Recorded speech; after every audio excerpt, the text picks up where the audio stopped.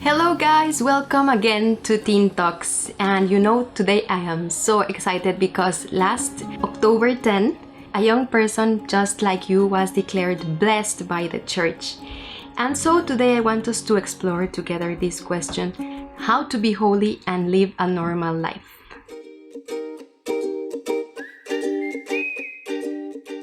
So, how to be holy and live a normal life? That's our question for today. What comes to your mind when you listen to the word holy?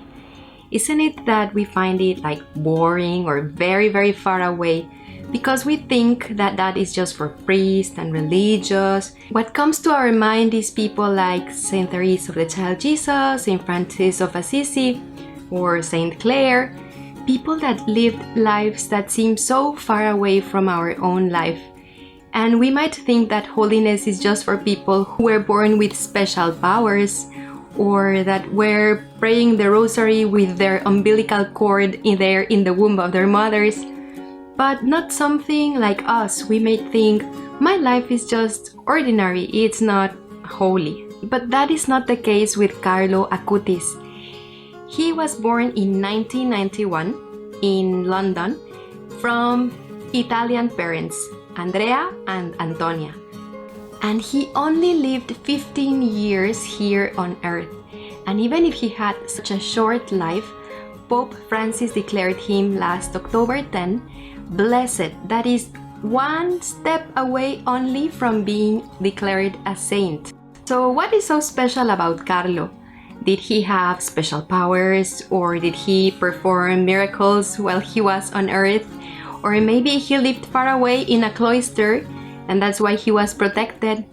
No, nothing of that. Carlo was really not so different from you. He also liked outdoor sports like soccer and hiking.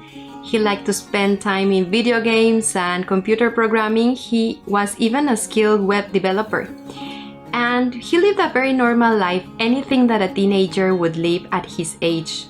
But he discovered that nothing would give him the satisfaction and joy than spending time with Jesus in the Eucharist. That's why he would make sure that every day he would attend Mass and drop by the church as often as possible just to say hello to Jesus and stay with him sometime in quiet prayer. And little by little he discovered how this would satisfy his heart much more than spending long times in video games. So yes, we can say that Carlo had a special power, which was his friendship with Jesus. This friendship became the priority in his life, and everyone enjoyed listening to him speak about the joy of being a friend of Jesus, in such a way that even his neighbors, who were some Muslims and even Hindus, enjoyed listening to this young person speak about Jesus because of the joy and conviction that he transmitted. Carlo got passionate about explaining to others how Jesus is really present in the Eucharist in such a way that he created a website in which he collected all the Eucharistic miracles in Europe and in the world, from the Middle Ages to the modern age.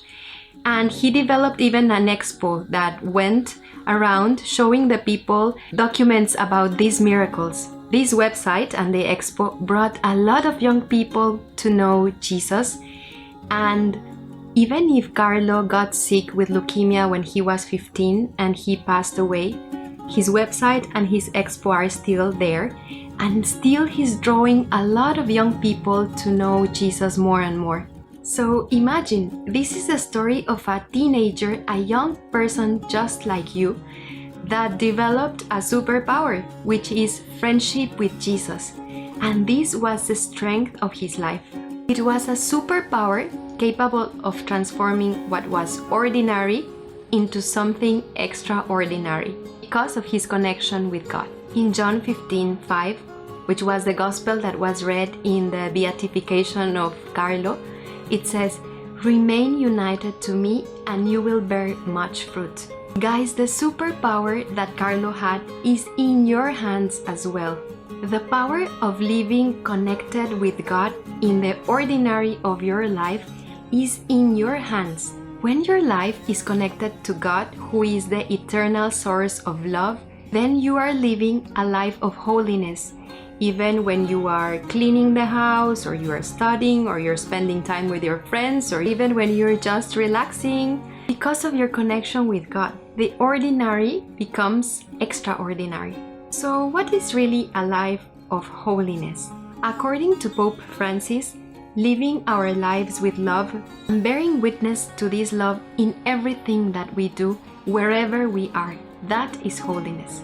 Carlo took advantage to love in everything that he did when he was in his computer or in his relationship with his friends. They say that he would even pack the leftovers of the meal of his family in containers to bring it to the poor. And his savings were spent in buying sleeping bags for the people that he saw in the street. Sometimes others would laugh at him and he would be bullied because of his love and his relationship with Jesus.